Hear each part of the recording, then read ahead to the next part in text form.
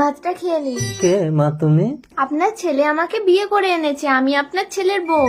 বৌমার হাতে ভাত খাবো? কনা তুই মর এবার। ওই ভাত খাবেন না বাবু। কেন খাবে না? ডাক্তার বাবুকে খিচুড়ি খেতে বলেছে, আমি এক্ষুনি বানিয়ে আনছি। এই চাকরানির মতো থাকবি, দে ভাতের থালা দে।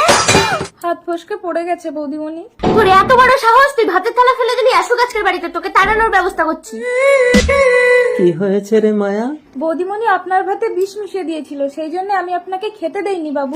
কি ছেলে বাড়ি আসলে তুই সব বলবি, তারপর দেখি তোকে বাড়ি থেকে তাড়ায় না বৌমাকে।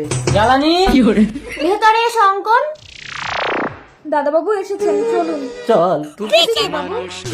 বিষ মাখানো ভাতটা ফেলে দিল চাকরানি। ও জ্বালানি, তুমি কি চাকরানির সামনে ভাতে বিষ ঢেলেছিলে? তার মানে আমার ছেলে আমাকে বিষ খাওয়াতে বলেছে? অঙ্কন, আগে ওই চাকরানিটাকে বাড়ি থেকে তাড়াও, না হলে কিন্তু তোমার বাবাকে আমি মারতে পারবো না, বলে দিচ্ছি। হ্যাঁ, আসলে জ্বালানি অন্ধ মানুষের সিগনেচারের কোনো মূল্য নেই, তাই বাবা না মরলে বাবার প্রপার্টি আমি পাবো না। ঠিক আছে দাঁড়াও, আমি দেখছি। বাবা কোথায় গেল? বাবা, জ্বালানি জ্বালানি, মনে হয় ওই চাকরানিটা আমার বাবাকে নিয়ে পালিয়ে গেছে। তার মানে ওরা আমাদের সব কথা শুনে নিয়েছে। আপনি অঙ্কন বোস, আপনার বাবা সমস্ত প্রপার্টি অনাথ আশ্রমে দান করে দিয়েছে, বাড়ি থেকে বেরিয়ে যান। এই তাহলে আমরা কোথায় যাব? কোথায় যাবো? অনাথ আশ্রমে?